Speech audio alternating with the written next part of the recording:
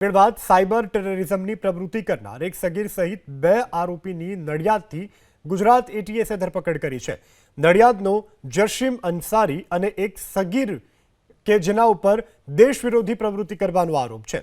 એટીએસની ટીમે આરોપીઓની પાસેથી ડિજિટલ પુરાવાઓ પણ જપ્ત કર્યા છે। એટીએસ મુજબ બંને આરોપીઓનો સરકારી વેબસાઇટ ઉપર હુમલો કરવાનું ષડયંત્ર હતું।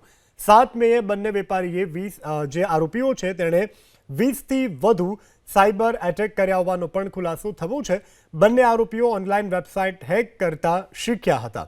એપ્રિલ મહિનામાં આરોપીએ 50 જેટલી વેબસાઇટ પર સાયબર એટેક કર્યો હતો। બંને આરોપીઓએ ફોલોવર્સ સુધી માહિતી માટે બેકઅપ ચેનલ બનાવી હતી।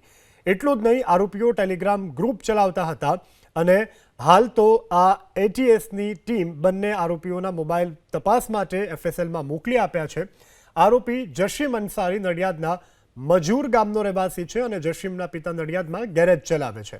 જો કે જશીમ અંસારીની ધરપકડ બાદ પરિવારના સભ્યો કંઈ પણ બોલવા તૈયાર નથી। લગભગ 6-8 મહિનાથી એ લોકો એક્ટિવ છે।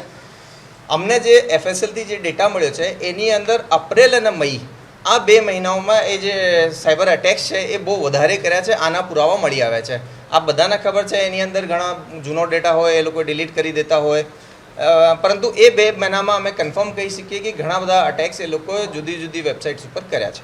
જે 50થી વધારે જે વેબસાઇટ છે, women defence, finance, aviation, urban development અને સ્ટેટ ગવર્મેન્ટની વેબસાઇટ છે, એના ઉપર આ લોકોએ આ રીતના અટેક્સ કરતા હતા। આ બાબતે અમે આઈટી એક્ટ 43 અને 66F જે સાયબર ટેરરિઝમના ઓફેન્સ પરિભાષિત કરે છે એની અંદર અમે આ એફઆઈઆર રજીસ્ટર કરી છે।